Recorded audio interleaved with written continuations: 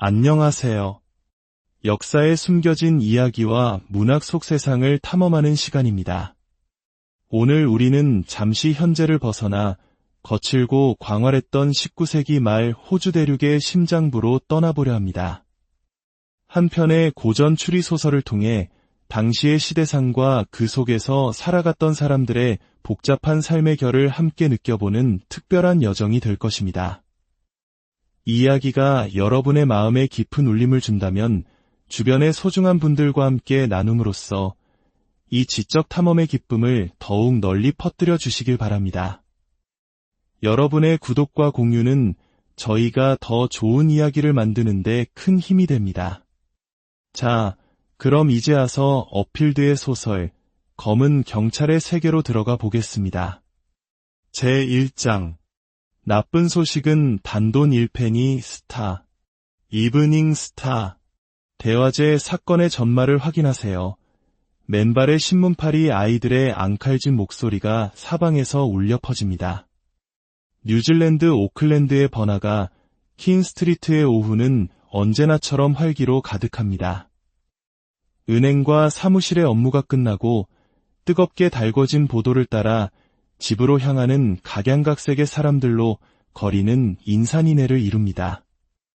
도시 신흥부유층의 창백한 얼굴을 한 딸들이 농업지역인 와이카토에서 온 건강미 넘치는 사촌들과 함께 거리를 활보합니다. 화려한 깃털 장식으로 치장한 도시 아가씨들은 수수한 차림의 시골 사촌과 비교되며 은근한 우월감을 즐기는 듯 보입니다. 인파 속에는 이풍당당한 마오리족 추장의 모습도 보입니다. 깊은 생각에 잠긴 듯한 그의 얼굴에는 전통 문신이 새겨져 있지만 머리에는 어울리지 않는 유럽식 중절모가 씌어 있습니다.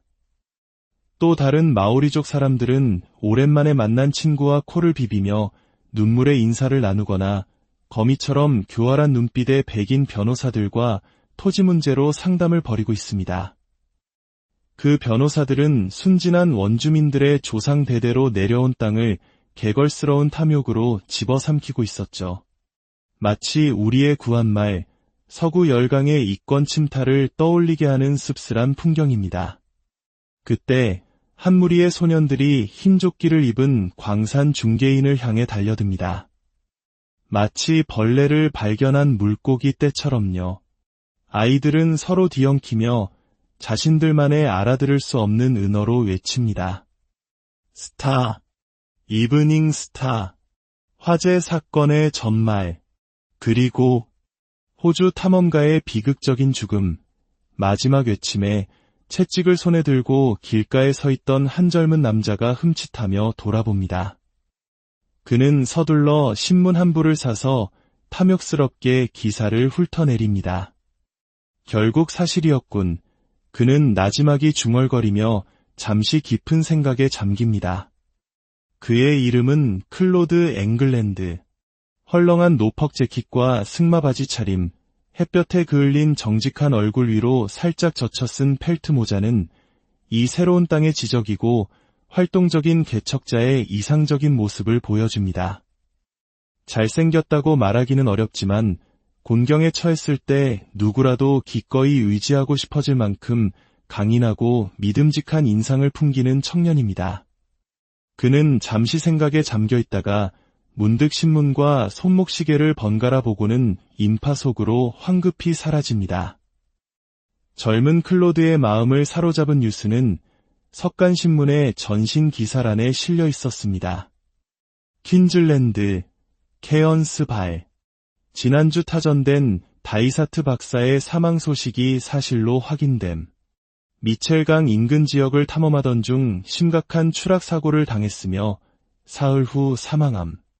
그의 유일한 동반자이자 오랜 탐험 동료였던 원주민 소년 빌리가 열흘 전 무르다로 기지에 이 소식을 전해옴. 소년 역시 중상을 입어 회복되는 대로 시신 수색 작업이 시작될 예정임. 전보 아래에는 고인이 된 탐험가의 생애를 기리는 짧은 편집자주가 덧붙여져 있었습니다. 제2장 죽은 자의 편지 1000장이 없는 길고 낡은 방, 부엌 겸거실로 쓰이는 공간의 거대한 벽난로 근처에 두 사람이 앉아 있습니다. 한 명은 알라 기자의 기댄 나이 든 부인이고 다른 한 명은 밭을 갈고 돌아와 작업복 차림 그대로 의자에 앉아 잠이 든 클로드 앵글랜드입니다. 부인은 타오르는 장작 불씨를 바라보며 깊은 시름에 잠겨 있다가 이따금씩 걱정스러운 눈빛으로 맞은편의 아들을 쳐다봅니다.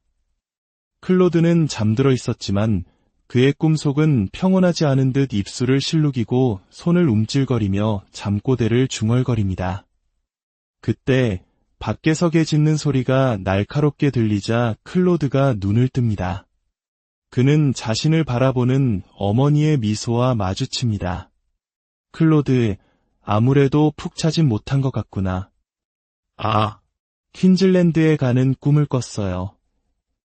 클로드는 자리에서 일어나 어머니의 두 손을 잡으며 말했습니다. 어머니, 저 퀸즐랜드에 가야겠어요. 샘 외삼촌의 죽음에 대한 진실을 알아내야 합니다.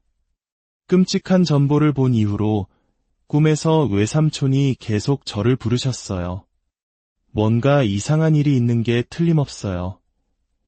애야, 그건 다 꿈일 뿐이다. 게다가 우린 내가 필요해. 그 끔찍한 퀸즐랜드라니 절대 안 된다. 어머니가 그를 만류하는 순간 앳되고 예쁜 소녀가 등불을 들고 방으로 들어옵니다. 클로드의 여동생 몰리였습니다. 오빠, 저녁 준비 다 됐어. 딕 아저씨도 돌아왔으니 어서 씻고. 클로드가 자리를 비운 사이 베란다 문이 열리며 유쾌해 보이는 한 남자가 들어섭니다. 클로드의 친구이자 몰리의 연인인 딕입니다. 그는 어깨에 맨 가방에서 편지와 서류들을 꺼내며 말합니다. 앵글랜드 부인, 클로드에게 온 중요한 편지가 있어요. 퀸즐랜드 경찰이 보낸 겁니다. 아마 돌아가신 다이사트 박사님에 관한 소식일 거예요. 곧이어 저녁 식탁에 네 사람이 둘러앉습니다.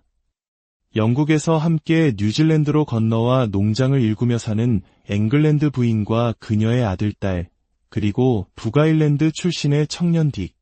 고향을 떠나온 지 4년, 새로운 땅에서의 고된 삶은 때로 힘들었지만 아름다운 기후와 서로를 아끼는 마음으로 그들은 행복했습니다. 클로드는 저녁 식사를 모두 마친 후에야 편지 봉투를 집어들었습니다. 공무용이라는 도장이 찍힌 퀸즐랜드 발편지. 그는 직감적으로 외삼촌의 존재를 느꼈습니다. 꿈에 대한 응답이 바로 이 봉투 안에 있다는 것을요. 봉투 안에는 케언스의 한 관리로부터 온 짧은 편지와 작은 꾸러미가 들어있었습니다. 고인이 된 탐험가의 원주민 소년이 한 목장에 전달한 꾸러미를 주소를 보고 수소문하여 클로드에게 보낸다는 내용이었습니다. 클로드는 호두만 한 크기의 꾸러미를 집어들었습니다. 더러워진 리넨 조각이 낚싯줄로 단단히 감겨 있었고 그 위에는 지워지지 않는 잉크펜으로 자신의 주소가 서툴게 적혀 있었습니다.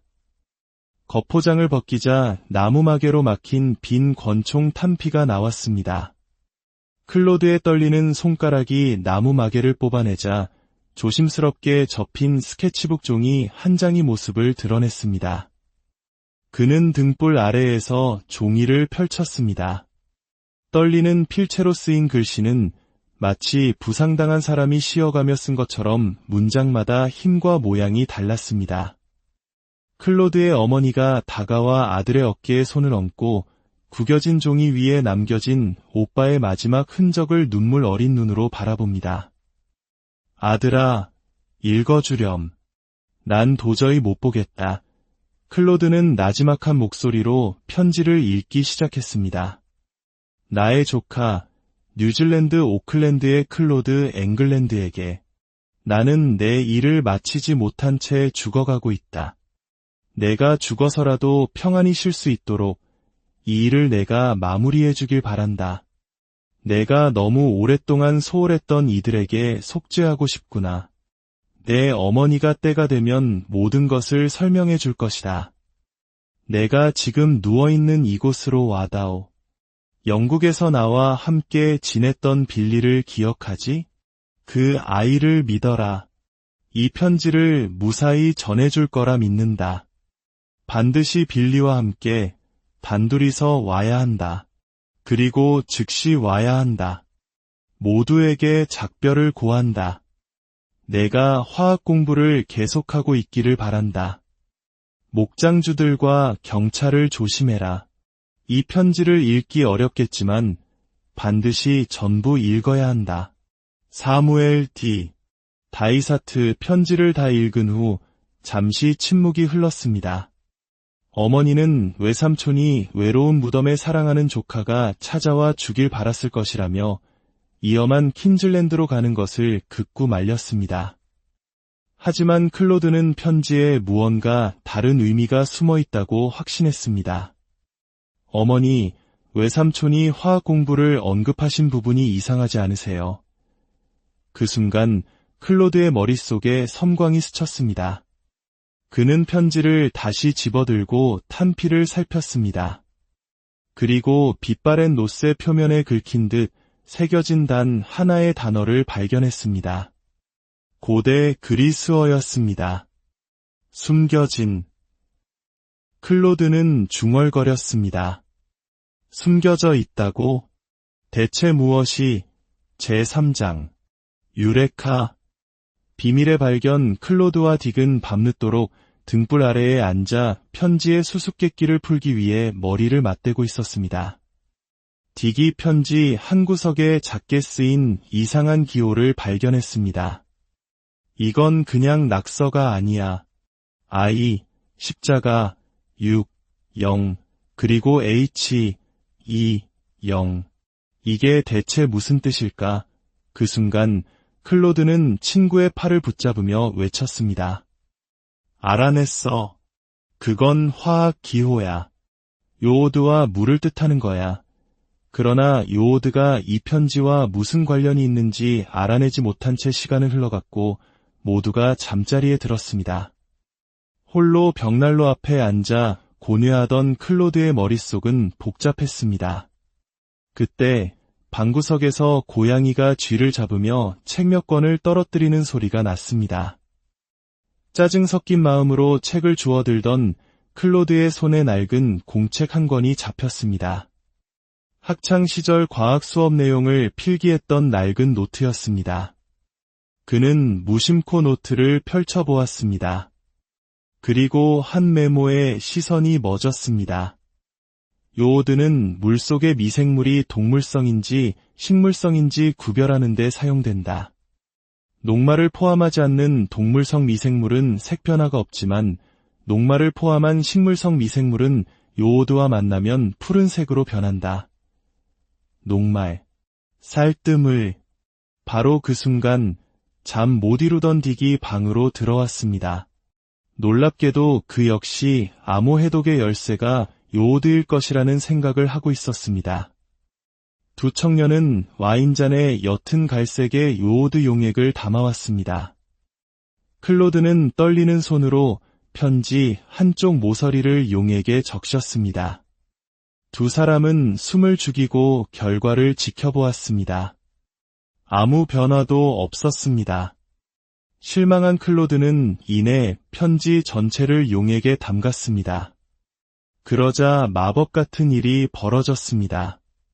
종이 표면에 마치 사진을 현상하듯 희미한 푸른색 점과 선들이 나타나기 시작했습니다. 연필로 쓴 글씨와 직각을 이루며 숨겨져 있던 또 다른 메시지가 서서히 모습을 드러냈습니다. 이 글은 살뜨물로 쓰고 있다. 즉시 시드니로 가서 인즈와 클린스킨 광산 중개소를 찾아라. 그곳에 중요한 서류가 너를 기다리고 있다. 윈즈는 완전히 믿어도 된다. 빌리를 찾아 광부 자격증을 발급받아라. 이곳으로 와서 종이 뒷면의 지도를 따르라. 빌리는 이 황금 광맥의 존재를 모른다. 너의 흔적을 지워라. 시드니에서 다른 이유로 감시당할 수도 있으니 가명으로 여행하라. 요오드를 바르기 전까지는 백지였던 종이 뒷면에는 이제 점선과 화살표로 장식된 조잡한 지도가 나타나 있었습니다. 지도에는 황금 절벽이라고 표시된 지역으로 가는 길이 그려져 있었습니다. 이제 분명해졌어, 클로드가 말했습니다. 우선 빌리를 찾아야 해. 제4장. 시드니의 함정, 패디스마켓 이야기의 무대는 이제 호주의 시드니로 옮겨갑니다. 클로드는 삼촌의 유언에 따라 시드니에 도착했지만 며칠을 기다려야 하는 상황에 처해 초조함을 느끼고 있었습니다. 그는 호텔에서 우연히 만난 유쾌하고 세련된 한 남자와 동행하며 시간을 보내기로 합니다. 그 남자는 클로드를 패디스 마켓이라는 곳으로 안내합니다. 그곳은 시드니의 밤을 상징하는 혼돈과 활기가 뒤섞인 거대한 노천 시장이었습니다. 마치 1970년대 우리의 남대문 시장이나 청계천의 밤 풍경처럼 온갖 종류의 사람들과 물건, 그리고 욕망이 들끓는 곳이었죠. 가스등 불빛 아래 사기꾼과 돌팔이 의사, 행상인들의 외침이 뒤섞이고 싸구려 물건을 흥정하는 사람들의 소음으로 가득했습니다. 클로드의 새로운 지인은 이 혼란스러운 풍경을 배경으로 당시 호주 사회의 자유분방함과 도덕적 해이에 대해 현학적인 설명을 늘어놓았습니다. 보시오, 앵글랜드 시. 이곳의 젊은이들은 결혼이라는 굴레를 두려워합니다. 그들에게 중요한 것은 오직 자유로운 삶, 자신의 욕망을 따르는 것뿐이죠. 어쩌면 이것이 낡은 관습에서 벗어난 새로운 시대의 모습일지도 모릅니다. 그의 말에 현혹된 클로드는 삼촌의 경고를 잊은 채 그를 순순히 따라 나섰습니다. 남자는 더 흥미로운 곳을 보여주겠다며 클로드를 어둡고 인적이 드문 뒷골목으로 이끌었습니다. 시끄러웠던 시장의 소음은 순식간에 사라지고 낡고 허물어져가는 건물들 사이로 음습한 침묵이 흘렀습니다. 마치 도시의 상처받은 속살을 들여다보는 듯한 섬뜩한 기분이 들었습니다. 대체 어디로 가는 겁니까? 클로드가 불안한 목소리로 물었습니다. 거의 다 왔소. 저기 스케이트장의 불빛이 보이지 않습니까? 남자는 철교 위 어둡고 가장 높은 지점에서 걸음을 멈췄습니다. 그리고는 갑자기 먼 하늘을 가리키며 외쳤습니다. 저런, 불이야. 클로드의 고개가 그쪽으로 돌아가는 순간 끔찍한 일이 벌어졌습니다. 남자는 들고 있던 자신의 외투로 순식간에 클로드의 머리를 덮어 씌웠고 동시에 어둠 속에서 나타난 또 다른 괴한이 그의 팔을 뒤에서 결박했습니다. 숨을 쉴 수 없는 공포 속에서 클로드는 필사적으로 저항했지만 소용없었습니다. 그는 두 명의 남자에게 들려 철교의 난간 위로 올려졌습니다. 서늘한 돌의 감촉, 그리고 등 뒤로 느껴지는 아찔한 허공. 그의 뇌리에는 공포와 함께 죽음의 예감이 스쳤습니다. 다음 순간 그의 몸은 아무것도 없는 허공으로 내던져졌습니다. 제5장. 문명의 경계, 율리시스 장면은 다시 바뀌어 퀸즐랜드의 새로운 금광마을 율리시스의 어느 토요일 밤입니다. 이곳은 문명의 가장자리, 법보다 주먹이 가깝고 황금에 대한 욕망이 들끓는 거친 개척지입니다. 수천 명의 광부들이 몰려든 거리는 술과 도박, 그리고 폭력으로 얼룩져 있습니다. 진흙탕 거리에는 술에 취한 촌뜨기들과 불량배들이 넘쳐나고 곳곳에서 벌어지는 싸움과 욕설은 지옥의 아수라장을 방불케 합니다. 이곳의 삶은 정직한 광부들에게는 고된 노동의 현장이지만 한탕을 노리는 무법자들에게는 더 없는 기회의 땅이었습니다. 하지만 이 혼돈 속에서도 작은 오아시스는 존재했습니다.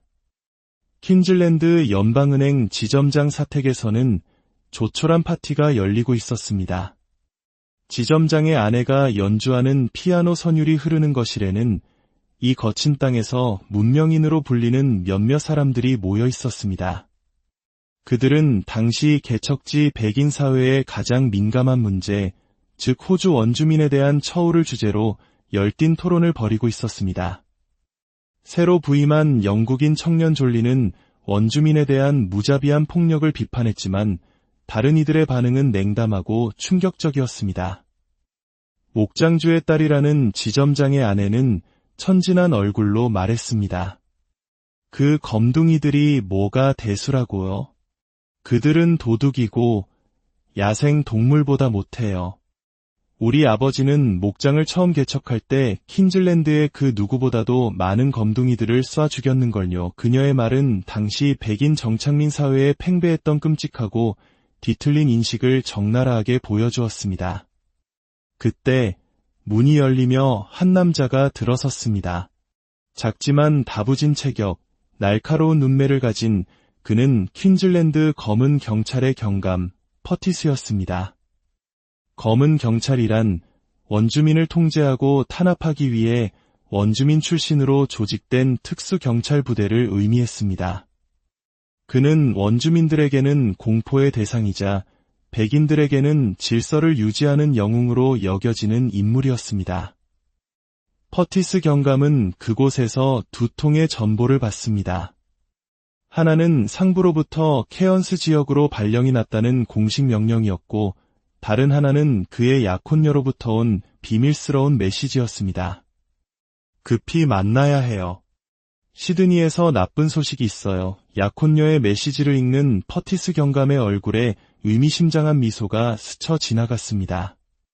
제6장 두 번의 탈출, 추락 그리고 부활 이야기는 다시 시드니의 어두운 밤, 클로드 앵글랜드가 추락한 철교 아래로 돌아갑니다. 마치 기적처럼 클로드는 살아있었습니다. 그가 떨어진 곳에는 마침 동네 아이들이 낮에 상자를 쌓아놓고 놀던 더미가 있었습니다. 그 덕분에 그는 치명적인 충격을 피할 수 있었습니다. 부분적인 질식과 머리에 입은 충격으로 잠시 의식을 잃었지만 새벽의 차가운 공기에 그는 서서히 정신을 차렸습니다. 욱신거리는 온몸의 통증 속에서 그는 자신이 겪은 일을 되짚어 보았습니다. 삼촌의 경고는 사실이었습니다. 자신은 정체 모를 적들에게 쫓기고 있었던 것입니다. 그때 상자 더미 속에서 부스럭거리는 소리와 함께 누군가의 흐느낌이 들려왔습니다. 클로드가 다가가 보니 낡고 해진 옷을 입은 작은 남자아이가 강아지를 품에 안고 웅크리고 있었습니다.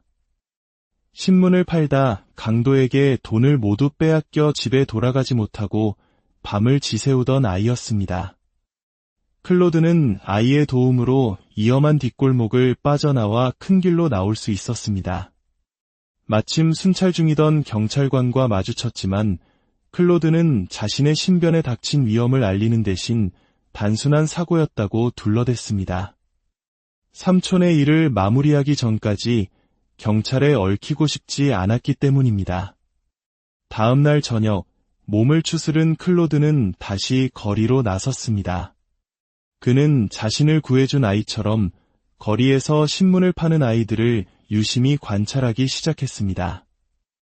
그 작은 아이들은 가난과 폭력 속에서도 필사적으로 생존을 위해 싸우고 있었습니다. 클로드는 킹스트리트 모퉁이에서 한 남자아이가 어린 여자아이를 때리는 장면을 목격합니다. 그는 즉시 달려가 남자아이를 떼어놓았습니다. 주변의 다른 아이들은 저 애는 제 동생이라 때릴 권리가 있다며 소리쳤습니다. 여자아이에게 사정을 물어보니 그들은 피 한 방울 섞이지 않은 사이였습니다. 단지 보엔 아줌마라는 포주 같은 여자에게 고용되어 함께 신문을 팔고 서로를 감시해야 하는 처지일 뿐이었습니다. 클로드는 이 작은 아이들의 척박한 삶을 통해 자신이 발을 들인 세계가 단지 황금을 찾는 모험이 아니라 문명의 화려함 뒤에 가려진 인간 사회의 가장 어둡고 비정한 민낯과 마주해야 하는 여정임을 깨닫게 됩니다. 외삼촌의 죽음에 얽힌 비밀, 정체를 알 수 없는 적들의 위협, 그리고 황금 절벽에 대한 단서. 클로드 앵글랜드의 위험하고도 운명적인 여정은 이제 막 시작되었습니다. 과연 그는 이 모든 역경을 헤치고 진실에 다가설 수 있을까요? 오늘의 이야기는 여기까지입니다. 한 편의 소설을 통해 엿본 과거의 풍경은 오늘을 살아가는 우리에게도 많은 생각할 거리를 던져줍니다. 다음 시간에 더 흥미로운 이야기로 다시 찾아뵙겠습니다.